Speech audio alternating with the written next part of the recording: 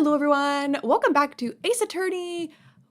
I forgot the name of this game again. Trials and Tribulations. It's Trials and Tribulations. I was gonna say that, but then for whatever reason my mind was like, no, that's the second game. We are like, what, 13 videos into this Let's Play? Why can I still not get Trials and Tribulations? Anyways, we are at the last part of this restaurant case today. I think we're finally gonna prove that Tigray is the guy, he's the murderer, and he was Phony Phoenix. So yeah, let's jump into it. So we're finally going to see the tiger on the stand. We've almost got this case won now, Nick. I wish I could agree. It's probably gonna be a mess from here on out, as it always is at the end. Huh? When I cross-examined Mr. Armstrong just now, he said he was just doing what the tiger told him to do. But Gatto picked up on it, remember? He pointed out that without proof, we don't know if what he testified is the truth. Yeah. You mean you think Mr. Armstrong was lying? I don't know, but if that's the line the prosecution takes, we could be in trouble. But it's also like, you still have to then factor in, like, okay, yeah, Armstrong is doing what the tiger's telling him to do, but why? The tiger's telling him to cover up a murder. I get the feeling that we don't have the case-making evidence we're going to need. Hey, pal. Does Gumshoe have it? Detective Gumshoe. What are you so chummy about, Detective? Your hair's standing on end. Hey, that's the pot calling the kettle black, little Miss Top Knot. It's not a top knot. Never mind about the hair. Just calm down, all right? I can't stand still when I don't have a job to do. I gotta get wound up. Ah! No kidding. Gotta have something you need me to do, pal. Anything. Well, Hey, I'm gonna take a jog back down to the precinct. I can get some prints analyzed for you if you've got an hour. Oh, prints on the bottle, right? You mentioned last time that they didn't have time to run a print check on it. An hour? The trial will have reconvened by then. But Nick, you still don't have a really decisive piece of evidence, right? True. Without some kind of trump card to pull out of the bag, we're really stuck. You said you could get some fingerprint analysis done in an hour? You bet. In that case, would you mind checking the prints on this for me? Now, where is it? This. If you're going to be back at the station anyway, could you find out whose prints are on this? Oh hey, that's the bottle I gave back to you this morning, right? Yeah, I think it's time we solve the last mystery of who the prints on it belong to. Sure thing, pal. Actually, that's been gnawing at me too. Take it. Okay, I'll get this off to the lab right away. Just make sure you don't lose the case before I get back. Okay, try not to. This is pretty much the final showdown, I guess. It's time to separate the phonies from the real guys. Yeah!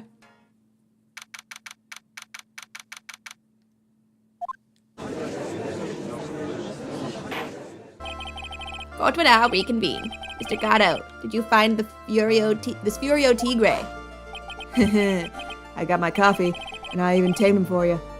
And it was a 3-cup job, no problem. Tamed him? The guy's name may be Furio Tigray, but come on. He's pretty lively.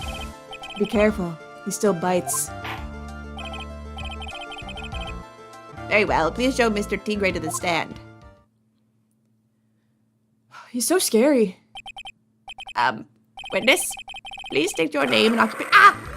Scared me. Oh, Gatto warned me, and I still jumped. Rah! Ah! Maya? I'm headed to the table, Maya. Unless there's room for me down there, too. Would you mind? What do you say to me? I don't have, like, a solid voice for this guy.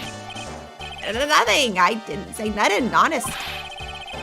Who could have guessed that fear would induce a bad Brooklyn accent in the judge? I got business to take care of, you hear me? So who the hell called me into this hole? Was it you, Spiky? No, of course not. It was the judge. I'm hiding. Your Honor? Oh dear, I seem to have dropped my pen. Where on earth is it? Don't mind me, just carry on with the proceedings as normal. That's it. We're doomed. Maybe you just didn't hear me. I said, who the hell was it that called me in here? There's no need to shout. We can all hear you. What do you say? There's no point struggling. You're caught in a snare. The relentless snare of the law. Yeah, that's right. You hear my music in the back? It's so hot. You cannot go against that music. You're under my spell now. And I'm the one that hauled you in. Grr. Too cool. Don't let him get the better of you, Nick. She's still down there. Let's start with the basics. You know about the incident in question, correct? Incident. I don't know nothing about no stinking incident, masked boy. You mean you didn't attend the previous trial of Maggey Bird? Maggey who? I've got more important things to do than watch courtroom dramas. Of course. Well, perhaps you could give us your testimony then while I'm still down here looking for my pen. Please tell us about what you did on the day of the murder. He's just still down there. Humph. Phoenix Wright. You was the one who set this up, didn't you? You was gonna regret the day you ruffled the tiger's fur. I didn't stumble my words. You hear what I'm saying? Oh, maybe I should have brought a diaper with me today. Get a grip, Nick. You can't tell me that when you're on the floor, Maya.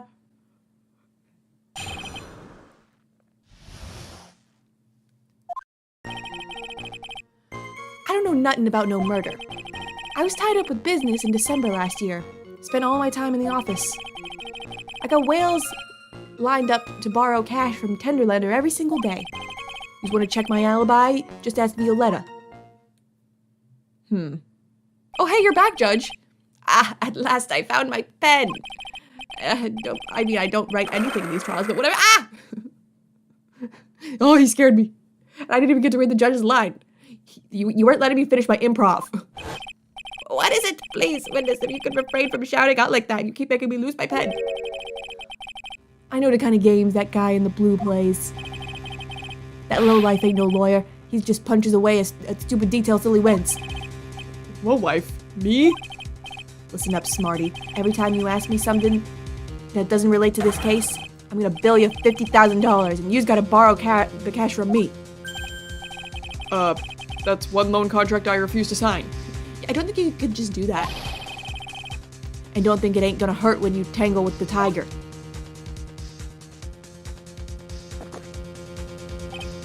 Ha! I love a good spectator sport. Just a minute. That's really not... This witness is, how can I put it, a hungry tiger roaming the urban jungle.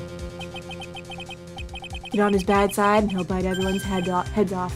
Yours too. Very well. I have no choice but to impose a penalty system here. You better be listening. I said I got business to take care of. Big business. If I don't split now, I ain't gonna catch my bus. The court will impose a penalty for any irrelevant pressing of witness testimony. Why?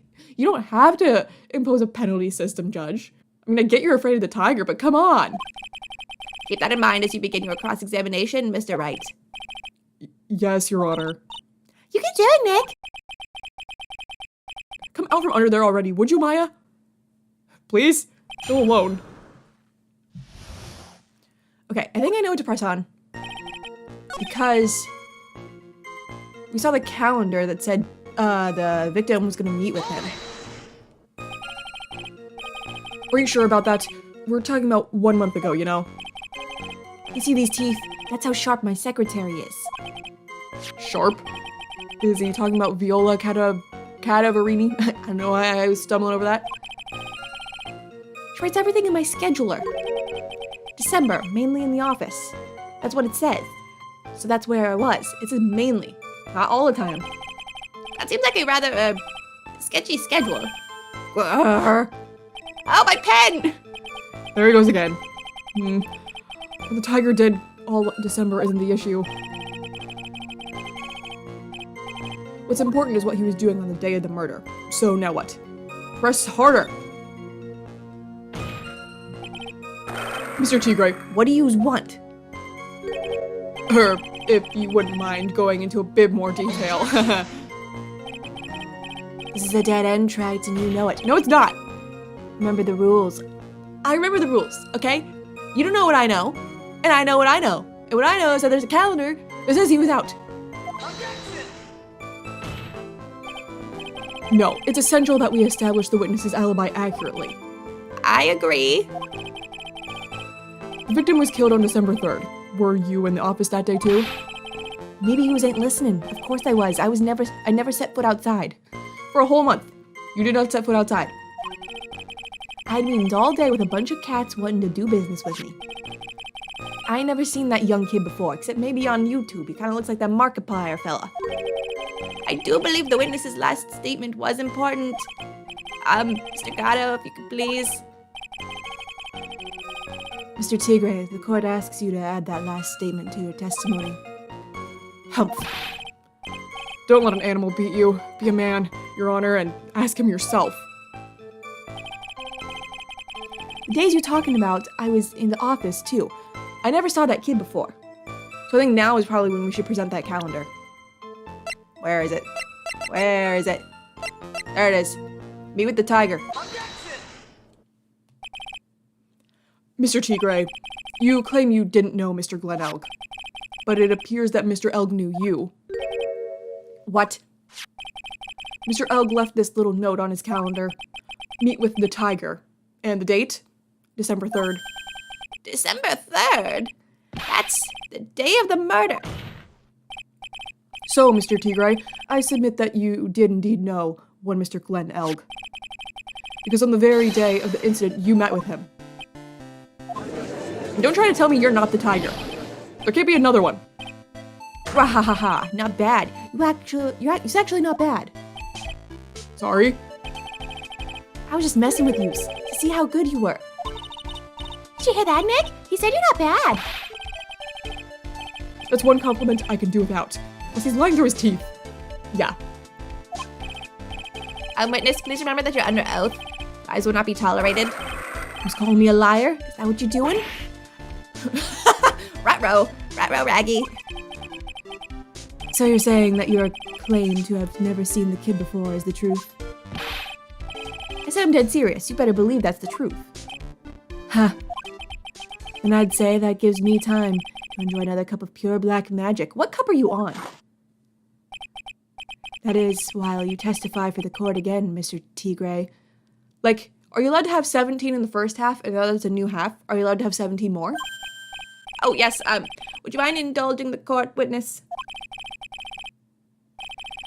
He never actually met the victim? That's gotta be a lie right there. It's time I nailed this guy.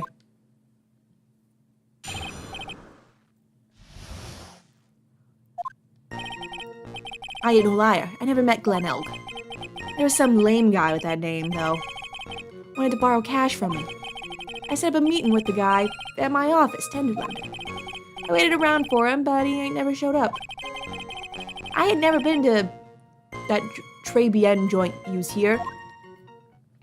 Oh, no, wait, no, you have. You have. I forgot. We found Tribulations matches in your office. I see. That all seems perfectly logical. You had arranged to meet with the victim, but he didn't show up. I've heard it's pretty hard to keep appointments when you're dead. That was a little morbid there, Gatto. Anyways, very well. You may begin your cross-examination, Mr. Wright. I don't know if the victim's family, who might be in this court, would appreciate the joke you made. Gatto. Yes, Your Honor. Didn't I tell you I got a big deal going down today? You gotta deal with the law going down today. See, I can do the, sayings too, Gatto. I'm gonna make my bus now. I'm gonna have to take the express train. That bill's going straight to you, right? Grr, you can't just do that. That's not how things work. Okay. I have proof that you've been to Tribulations. Okay. Where are those matches? Where are the matches? Where? How am I missing them? How am I? They were like the first piece of evidence I went on. They were right here at the end. Here. Mr. Tigre, is there something you'd like to tell the court about these matches? Matches? What are you talking about? We found them in your office at Tenderlander. They're from that restaurant. What? If you've really never been to Tribulations before, what was a book of the restaurant's matches doing on your desk? He's been snooping around in my stuff too, wise guy. What are ya? My ball and chain? Ain't no broad controlling me. Order, order. Well, witness, I think it's time you started telling us the truth, don't you? Brah. Sorry, I'm terribly sorry, forgive me. Please don't kill me, I have to pick it to Mahjong later. I ain't no pussycat. I don't go back on what I said. But okay, I was at the joint that day. You just went back on what you said. What? Well, listen good, all right? I might have been there, but I still never met that kid. Well, well. Looks like an order just came in for another testimony. I'm this close to proving it was him. He did meet Glen Elk that day, and he did put poison in his coffee. He must have. At Tribulations. I was supposed to meet with the kid at the restaurant that afternoon. When I opened the door to the joint, I saw one ugly scene. The guy was laid out over the table, stiff as concrete. I'm trying to think. Would you have been able to see that from the door? Because of the partitions. You walked in, I don't think you would have seen him. I figured if the place wasn't hot already, it was gonna be, so I split. I heard the cops' sirens on my way out, and I went straight back to my office. Sure, you did. I see. You didn't actually meet with him in the end, then. Well, Mr. Wright, your cross-examination, please. Yes, Your Honor. Hold it. If I wait around here any longer, I ain't even gonna make the normal express. No more stupid questions. Ha, no problem. Anytime Tripe presses you on something irrelevant, I'll see he pays a penalty. Mr. Gatto, that's my job. I'm the penalty man. Your job is to slam that little hammer of yours and call a guilty verdict. So do it. Yes, sir. I'm losing authority in my own wacky court. I'm Miss Edgeworth. The Special Express ain't cheap, right? Just so since you's paying. He kind of breaks my brain to read lines for, too. Not as bad as Armstrong, but it's still rough. Oh, man. Doesn't the rule of the law mean anything around here? Apparently not. Okay. Okay, when you open the door, you saw an ugly scene. You have the floor plan, right? When you walked in the door, he wouldn't have been able to see it.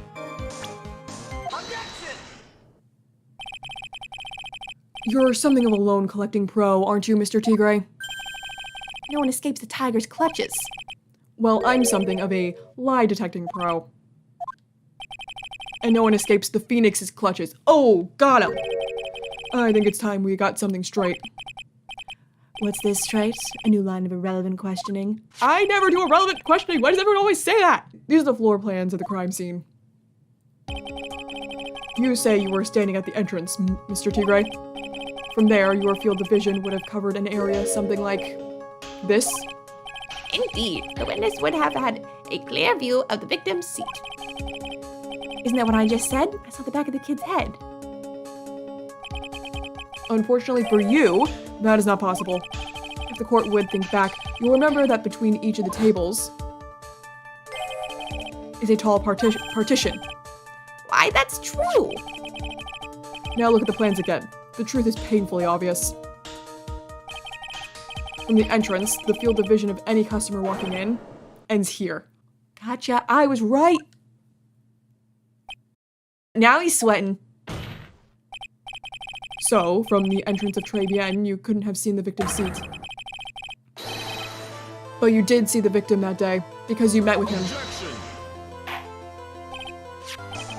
Wrong. Have you forgotten the old man's testimony yesterday? The victim was alone at his table. But the defense just proved that point to be moot. The victim, witnessed by Mr. Kudo, was not Glen Elk, but a fake. What? In order to have Mr. Kudo falsely testify, the real killer posed as the victim he had just killed and acted out a charade. That will do. This trial has gone on long enough without the obvious question being answered. Who exactly was the real killer who impersonated the victim? I think it's pretty obvious at this point. You say the killer murdered Glenn Elg, and then impersonated his victim in a performance for Victor Kudo. In that case, Mr. Wright, reveal the identity of this criminal to the court. Okay. It was Gatto. It was him. Obviously. The killer is Furio Tigre. No one else could have done it but him. It didn't say but him, I just added that for flavor. What? Well, witness? Grahaha. Now that's cute. You think you can pin this on the tiger? Maybe you just don't understand. The tiger is king of the jungle. That's why I dare you to say it again. Come on, you got the guts. You can't threaten me, Mr. Tigre. It's the defense. Go ahead and tell the witness, Mr. Wright. Mr. Wright! Phoenix finally hit himself. Sounds to me like it must be you, old man. You've got guts, I'll give you that. Listen, Judge, you kept doing it to me. Now you get a taste of your own medicine. I'm sorry, Phoenix. I love you. I'll never do it again. Mr. Wright, do not leave me to handle this alone. Ha!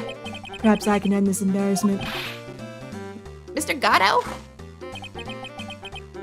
Let's just go back over Mr. Kudo's testimony one more time. The old man didn't see just the victim. Oh, no. The servant girl brought him a Javicino, but she put something in it. There's no question about it.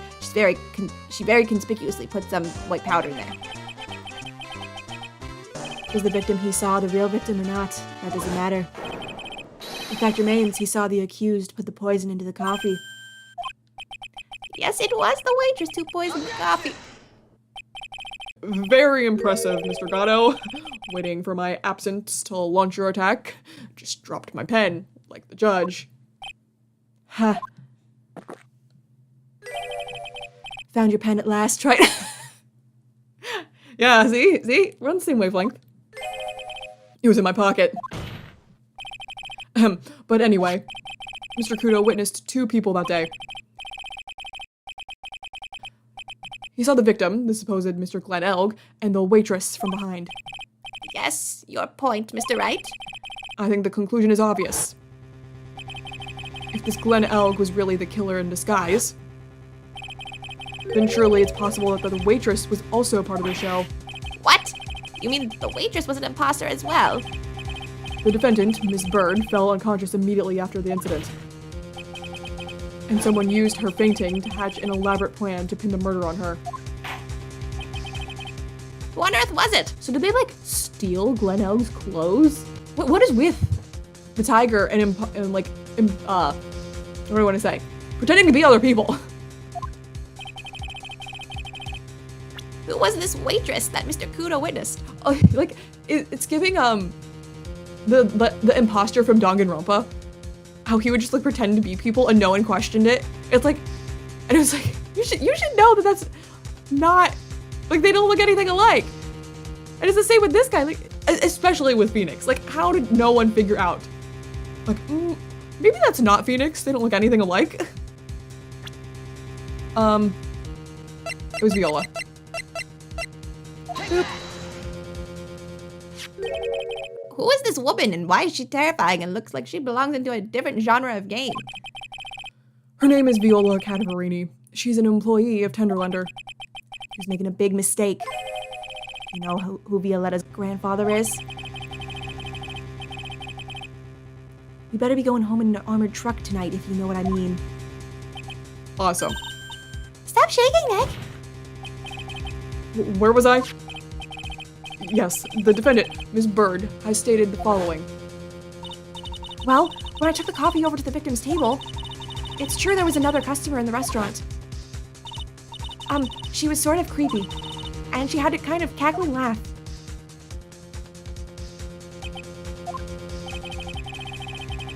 There are just too many contradictions in this case. The second man at the victim's table, who nobody but Miss Bird seems to have seen.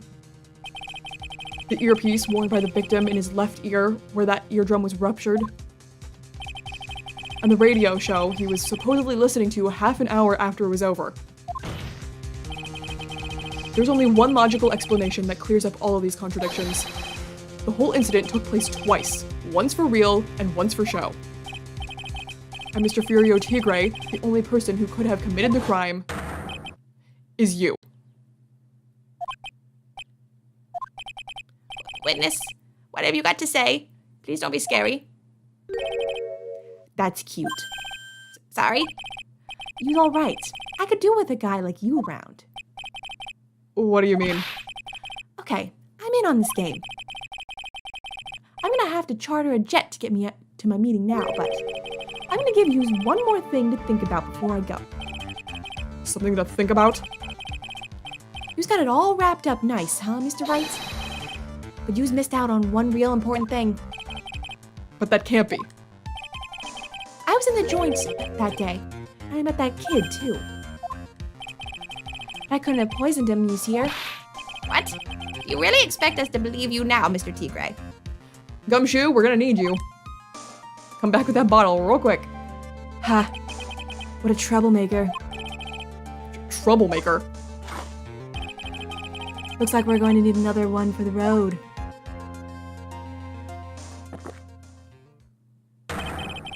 One more steaming cup of hot testimony. Indeed.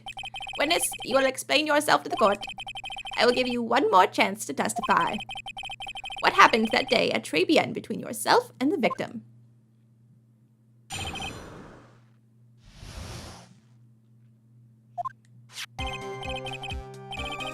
Yeah, I loaned Elk cash, about $100,000. That day, we was due to have a little chat. The kid had hit his payback date, see? So anyway, he tells me he's got no way to pay up. I'm about to flatten the guy when he starts screaming. Yes, I won $500,000. He got lucky, you know, real lucky. If that waitress hadn't done what she done, everything would have been over. Now I see that the principal amount you loaned to Mr. Elk was $50,000. Yeah, well, he's got the big to take it into account. Interest builds up fast, you know? It's faster than fast. $100,000 is twice his principal. And the repayment deadline was December 3rd, the day of the incident in question. Yeah, he was one lucky kid. He got that $500,000 just in time. So I ain't have no reason to kill the kid. And if I ain't got no motive, you ain't got no case. His motive? He has to have one, but what is it? Oh, MC Bomber. That's what it was. Forgot about that. Okay. He loaned it. Okay, he was due. Starts screaming. I won. Okay, this is the, like, weird statement, I guess. Elaborate on that. The waitress? You mean... The girl with the glasses in the defendant's chair. Who else could I mean? If she hadn't gotten away, things would have been bada bing, bada boom, over and done with. Maybe I should push a little more on this. Ask what Maggey did. Ask how things would... Yeah, ask how things would have went. Had that not happened. What do you mean, things would have been over and done with? Are you all there or what? I'm talking about the cash. I was there to get my $100,000 back. That's all. I'm a businessman. It was all coming together before the waitress got in the way. As far as I can tell from the witness's testimony, other than recouping his loan, Mr. Tigre has no motive for killing the victim. No, he does. Witness, you will amend your testimony to reflect what you just said. The tiger's motive, huh? Yeah, no, you do have another reason. Where is it? Where's MC Bomber? MC Bomber. Oop. So you just intended to get back the $100,000 Mr. Elk owed you, correct? I loaned the guy cash, so that's my right. Unfortunately for Mr. Elk, I don't believe that $100,000 is what you were really after. What are you getting at, Wright? What else would a moneylender be after other than money? Oh, the moneylender was after money. But money in a totally different league. The kind of money that a single disc like this would fetch. What is that? A computer virus, Your Honor. A virus called MC Bomber. A computer virus. What does one of those do? Oh boy, I love technology time when Judge gets to learn about new technology I know nothing about. Tell me. A computer virus is a program that wreaks havoc on the insides of a computer. A computer? What does one of those do? Judge, really? You don't know what a computer is? I guess the beard isn't the only part of his honor that is from the Stone Age. I'll explain it to you later, Your Honor. Right now, this is the important point. Oh boy, I get to hang out with Phoenix outside of the wacky court. A virus like MC Bomber would be worth several $1 million on the black market. Several $1 million. Lending money with no hope of ever seeing repayment would normally be bad for business. But in this case, the very fact that Glen Elg had no way to repay the money is crucial. What? Glen Elg was a programmer, a highly skilled programmer. That skill was the collateral Mr. Elk put up in order to borrow the money. Objection! You're trying to suggest that the witness's motive was to get a hold of that program? Exactly. The witness may have poor fashion sense, but he is by no means an idiot, Trite. I don't know, he might be an idiot. A man like him could get his hands on $1 million without resorting to murder. Are we sure we're talking about the same guy? Of course he could, provided that he had time. But what if he had needed the money right then? Because of Viola's medical stuff. When the pressure is on, the luxury of choice tends to disappear. It seems you have a logical conclusion for this theory, Mr. Wright. Would you care to share it with us? Why did Mr. Tigray need money to the tune of $1 million? I don't know why I keep saying $100,000 when 1 million would just be easier to say. Okay, no, it's gotta be more this way. Viola's medical papers. This is why. In December of last year, you found yourself in need of a huge amount of money. About 6 months ago, you were involved in a traffic accident, weren't you? An accident involving a car and a scooter in which a young woman was injured. She was taken to the hospital where she underwent surgery. How much of this did you know? I could not say that. Did you know? These medical papers document the treatment of the young woman in question. Now, according to these, her operation cost $1 million. And yet, when the payment was due last month, you somehow managed to pay it in full. $1 million? A preposterous sum. Someone should sue these HMOs. Ha!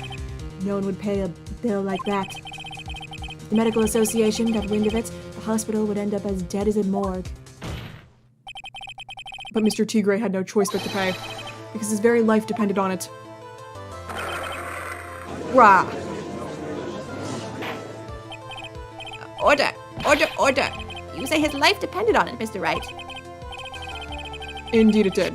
Simply because the injured woman was none other than Viola Cadavarini. Did you just say Cadavarini? Bruto Cadavarini, mob boss in charge of all the underworld activities in the city, and doting grandfather to his precious Violetta, also known as Viola Cadavarini. Whoa. Spit out your copy, Gatto. That's how I know when I have you. Your life was in danger unless you paid compensation to the boss, correct? It makes sense.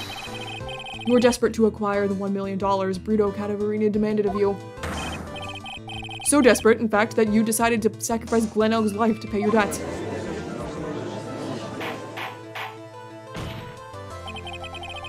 On the day of the murder, Mr. Tigray's sole intention was to get his hands on this CD. Glen Elg had no way of paying back the $1 million, and Mr. Tigray knew it. But then a miracle happened. The kind that Mr. Tigray would prefer to say never happened, but he can't, and neither can I. The lottery win. Exactly. At the 11th hour, Mr. Elg won $500,000 on the lottery, which left Mr. Tigray with no way of getting his hands on the all-important CD. At least, no legitimate way. So he poisoned it. So he resorted to illegitimate means. That's crazy. He murdered Glen Elg and then made his next move, to frame Maggey Bird for the crime. Mr. Tigray posed as Glen Elg, while Viola Cadaverini played the role of Miss Bird. And then they reenacted the whole thing in order to establish a witness. The witness being the one we all heard testify yesterday, Mr. Victor Kudo. Like I said, Wright, that's crazy. No one could pull off a stunt like that. For starters, there's no way the chef could have been kept in the dark about this. But Mr. Armstrong was in on it from the very beginning. Have you forgotten already, Mr. Gatto? Mr. Armstrong owed the witness money too. $500,000, in fact. He had no choice but to go along with Mr. Tigray's plan.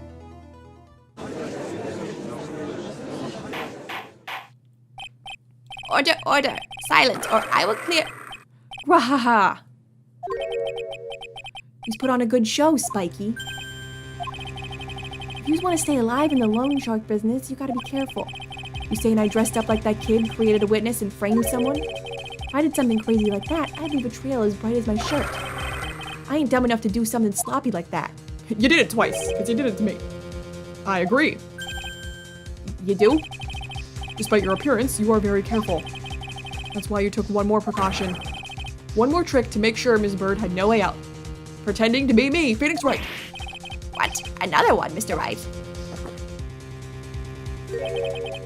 Interesting. Why don't you fill us all in, Wright? What was this trick you said Mr. Tigray performed to frame the accused? Ooh. I'm assuming I have evidence. Oh, yes. My fake donut. That is what you did. What on earth is that? What an insult to think anyone could be fooled by such a childish imitation. Consider yourself insulted, Your Honor. Is it dead?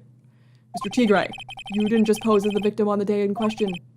A month ago, in this very court, you posed as me. What? That's... The truth. But the witness looks nothing like you, Mr. Wright. Although, now that I think about it, it was you, wasn't it? No doubt it was you, standing in here at this very court a mere month ago. The Phoenix Wright who put up the most disreputable, shabby defense I have ever seen. My Phoenix Wright would never do such a thing. Grr. Rah.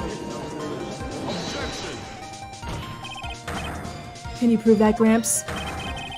Prove the attorney who represented the accused here a month ago was this man?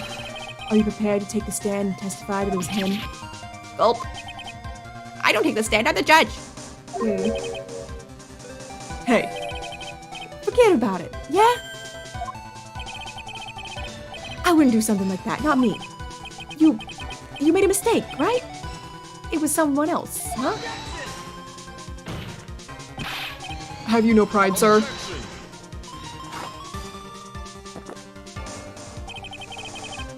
This isn't a matter of pride. In case you didn't know, Wright, here in court we deal with people's lives. Mr. Gatto is right. Your Honor? Speaking for myself, I am absolutely convinced. The attorney in question was the witness standing before me now. However, I preside over this court as the judge, with the vested power to hand down a verdict. Someone in my position cannot be swayed by a memory without evidence to support it. No. If the defense has no further evidence, the court will now excuse the witness. The circumstances surrounding Mr. Tigray are dubious for sure, but not conclusive. But we've come so far! You say he impersonated Glen Elg. You say he impersonated you. But none of that adds to a murder charge. Oh, adds up to a murder charge. Gumshoe, we need ya. You don't have a shred of evidence that the witness poisoned the victim's coffee. Gumshoe, we need you.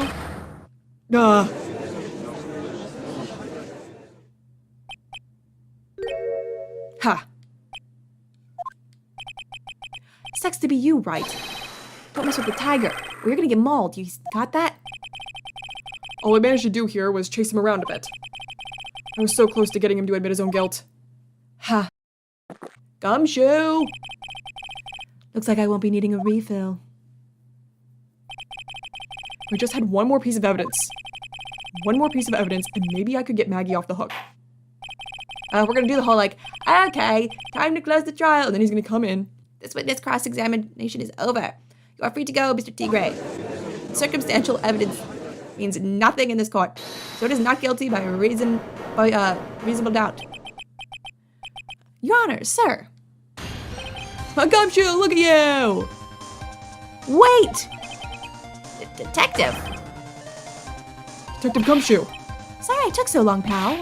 I sticked everything on this. My badge, the works.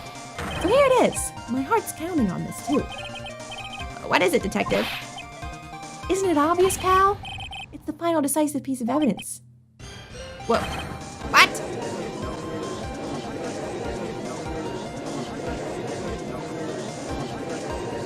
Give it to me, Gumshoe. Hand it over. Sorry it took so long, pal, but I finally got the results from the lab. The results? About the prince, pal, from this medicine bottle. Oh, so do you know who the prince belongs to now? You think I'm some kind of hack detective? Of course I know. So, tell us. They're the tigers, right? I knew it. You bet. Clear as crystal all over the bottle. Well, he was laughing there. I thought it was gonna be like, no, actually, they're Maggie's. And now you got to figure out why that is. The Furio Tigre's paw prints, all right. That's great. We've got him now, Nick. What's wrong with you? You've hardly said a word since Detective Gumshoe got here. He's laid everything on the line for this, Nick. I know. Look, I'm sorry. This is kind of hard to say, but it really doesn't make any difference whose prints are on the bottle now. Huh? What? Why not? Why does it not? What we need to produce at this stage in the trial is irrefutable evidence that the tiger put poison in Glen Elk's coffee. He's already admitted that he met the victim. The fact that his prints are on this bottle, that really doesn't make any difference now. I knew it. Great. No matter how hard I try, I'm never of any use. Hey, don't be so hard on yourself. This is our last chance to help Maggey. I've been working on some useless piece of evidence the whole time. That's all right. I'm a real loser. It's not breaking news to me, pal. Oh. Detective Gumshoe. Maggey! You've been working on something. For me? Sorry I let you down, Maggey. I know you didn't do it. And I'm a detective. We're supposed to be able to prove stuff like that. I'm really sorry. I'll get out of your hair now. Detective Gumshoe, wait! He's gone. Is there anything we can do now, Nick? I wish there was. Gumshoe worked so hard to get that evidence. If only there was some way I could use it.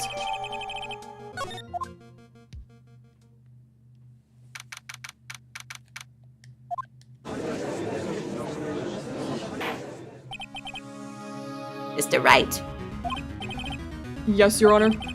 I granted you a recess so you could prepare this decisive evidence you've discovered. Yes. Don't keep us all in suspense, Wright. Show us. Naturally. We can assume it's evidence that will actually stand up in court, can't we? Think, Phoenix. Don't let Gumshoe's hard work go to waste.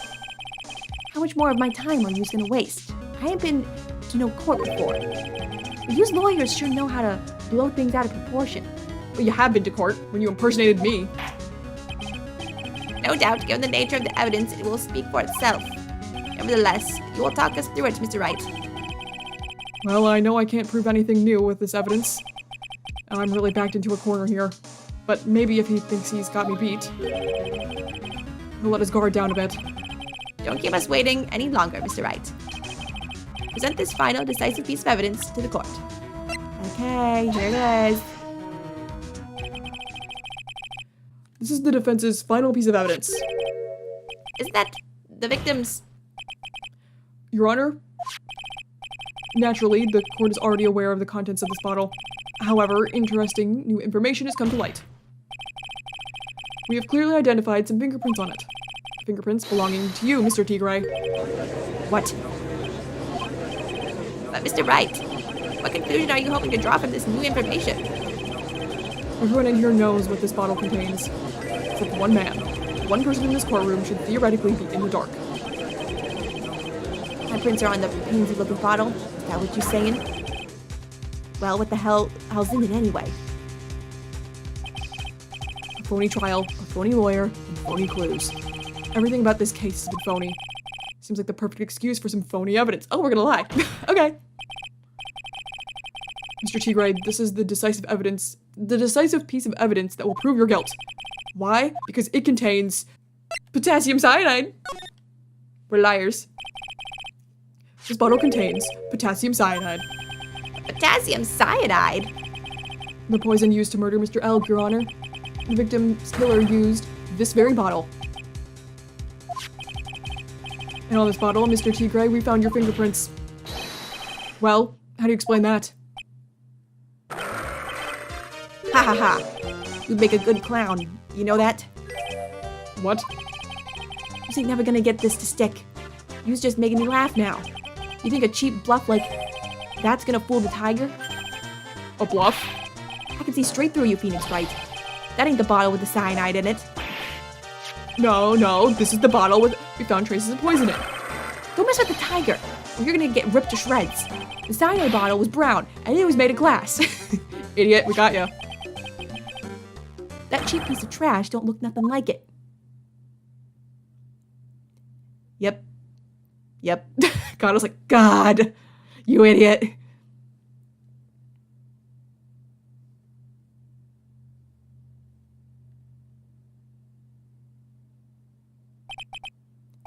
Got him, at last. What? Why's everyone gone quiet? I said that the bottle... Is this the bottle you're referring to? Yeah, that's it. That's the bottle with the cyanide. The cyanide was in. But you ain't gonna find my print on that bottle. Don't let that cozy-looking suit fool you people. That lawyer's just playing games. Tell him, Mr. Prosecutor. Tell that guy where to go. Still haven't figured it out? Don't you realize what you just said? What I said? What did I just say? You were summoned to this court for the first time earlier today. If you really had nothing to do with the murder, you shouldn't have known all the little details. For instance, you shouldn't have known what kind of bottle the potassium cyanide was in. But just now, you slipped up in front of every single person in this courtroom. You described the exact bottle used by the killer to hold the poison. You don't know who you's messing with. I don't care. I'm the tiger. I control billions of dollars on the black market. I don't care. You think you think I'm gonna let some... These lines are so hard to read. some jumped up suit get the better of me? Sure, the last piece of evidence was phony. But that's just what you deserve. The phony trial with a phony lawyer. It was all played out by you, the biggest phony of all. Grrr. Oh god. Shaking the ground. Ah! Oh, creepy. Ew. Hate that. Ew, your eyes are gone. Gross. You're so creepy. Ugh. His eyes in the dark. Oh my god, the lights went out. What's going on? I love when Phoenix said the like huge dinner plate eyes. It looks like a blackout.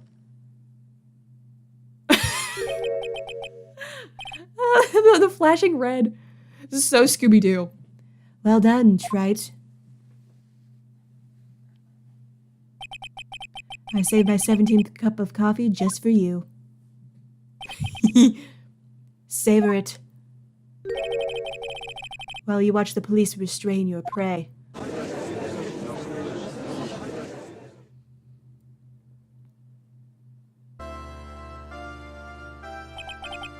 Mr. Wright, you caught a tiger by his toe, but if this one hollers, he won't be let go. I like to rhyme. Now then, how are things going with Mr. Tigray, Mr. Gatto? He is being arrested on suspicion of the murder of Glen Elg, Your Honor. Fortunately for us, he managed to rectify a very grave error. Miss Bird was found guilty in the absence of a genuine defense attorney. Yes, she was. And in the absence of genuine evidence, the tiger made one mistake. Indeed. He very nearly got away with everything if it wasn't for that one slip of the tongue. Furio Tigre is a truly frightening criminal. Made me lose my pen so many times. Ha! A truly frightening one. Is that defense attorney over there? Hi, it's me, Phoenix Wright. Aren't I so scary? Gato. Well, I am now in a position to deliver my verdict. This court finds the defendant, Maggey Bird, not guilty. Release the confetti. Yay! Yes, salute at me. I gave you your freedom. That is all. The court is adjourned. Goodbye.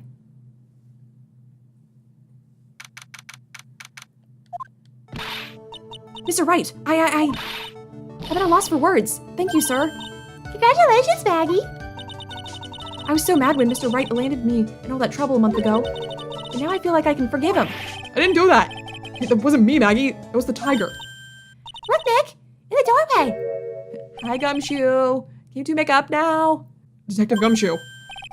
Oh, guess I'll be heading off then. See you around, pal. Wait.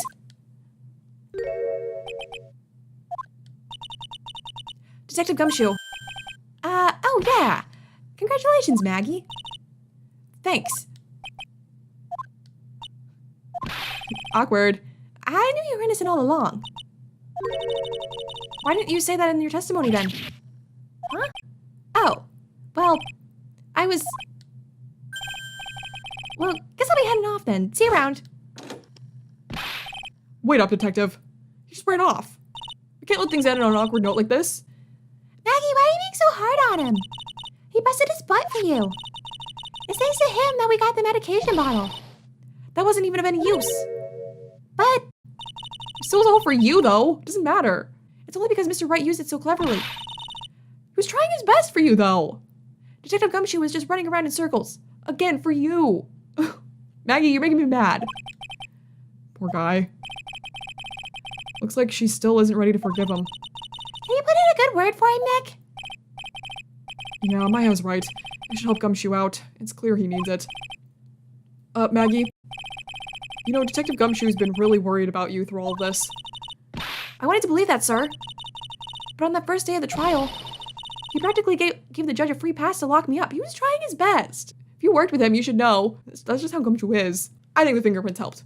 He didn't do that. But he was running around for you this whole time. He's the one that got this case even opened back up. You know, this was all for you. It doesn't matter if, like, he didn't do one thing that, like, I guess, as much as Phoenix did. He was still trying, and that's what matters, okay? If I was in the position and someone was, like, running around for me, and they failed the whole time, but they were still trying their hardest, you gotta be appreciative of that. He's the whole reason, really, that this case even got opened back up. You don't have any choice, Maggey. He's a detective. He has to report the facts. He doubted me, that's why. He thought I might have done it. No, he did not. I've got to prove to her that Gumshoe really cares about her. I know. I'll give her a little present to celebrate her freedom. Oh. Where's... He gave us that lunch forever ago. We didn't give to her. Where? There it is. Here you go. Here you are. A present to celebrate your freedom. That's... A present from Detective Gumshoe, made with a ton of love. He said you lost weight and he's worried about you. Detective Gumshoe... I actually really like weenies, you know? Did you guys hear that? I'm pretty hungry myself, you know. Yeah, the trial dragged on a bit today, didn't it? And I'm going to be so late. Is it okay if I eat this now?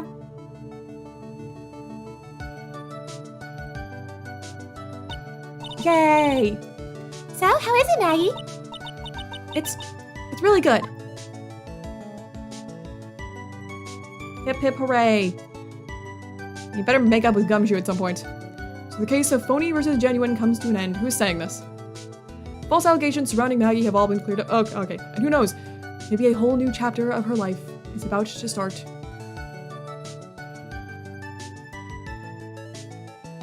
Hip hip hooray! The end.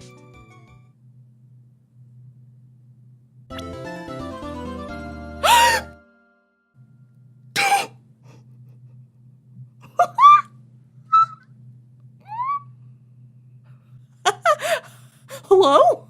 Hello? Edgeworth? Oh my god. Oh my god.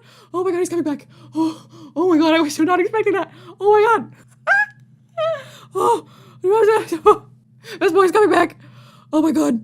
I knew he was gonna be in this game. I don't know. I thought it wasn't gonna be till like the last chapter. Yeah, let's save. We'll get the opening for the next chapter first. Oh my god, I'm so excited for this chapter now. Oh, Edgeworth. The girl. Let her go.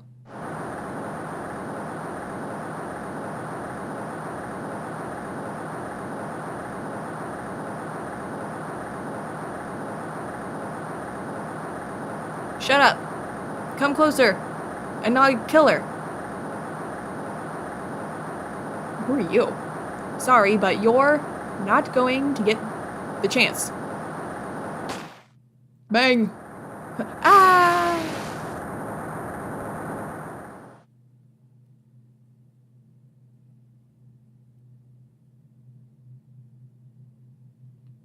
Oh, what you doing, Phoenix? Wait, Phoenix, you're in the hospital? I'm reading through the file of an old court case. It was the first case of my longtime mentor, Mia Fey. Oh. Fugitive data. Picture. Name, Terry Flawless. Charge, kidnapping, murder, sentencing, death penalty. Oh. Fugitive movements. After escaping, I don't know his name. Met with and then murdered Sergeant Valerie Hawthorne, recaptured on Eagle Mountain about 8 hours after his escape. He's in the hospital! Her very first client was a death row inmate who had recently broken out of prison. That was a whole year before Mia and I ever met.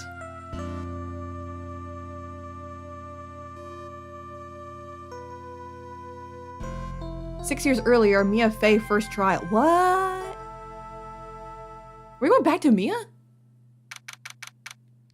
I don't know. We're going back in time? Is this a whole chapter back in time? With Mia? Or are we just briefly flashing back? Because Edgeworth is also apparently in this chapter. Why is Phoenix in the hospital? He was in the hospital. What's going on? All I know is that Edgeworth is apparently going to be coming back this chapter, and I'm so excited. But okay, final thoughts on that restaurant case. It ended up being better than I thought it was going to be. Even though it was kind of obvious who it was from like the moment we saw the tiger. I was like, okay, it was him. But it was like interesting to try and figure out what the heck happened in this case. You know, the crime happened, and then they did it again. That was kind of interesting. But yeah, I'm just really excited to move on to this next case now, because I saw Edgeworth! Oh my god! Oh, I'm so excited. For right now, though, I'm gonna go ahead and go. Thank you guys so much for watching, and I will see you in my next video. Bye!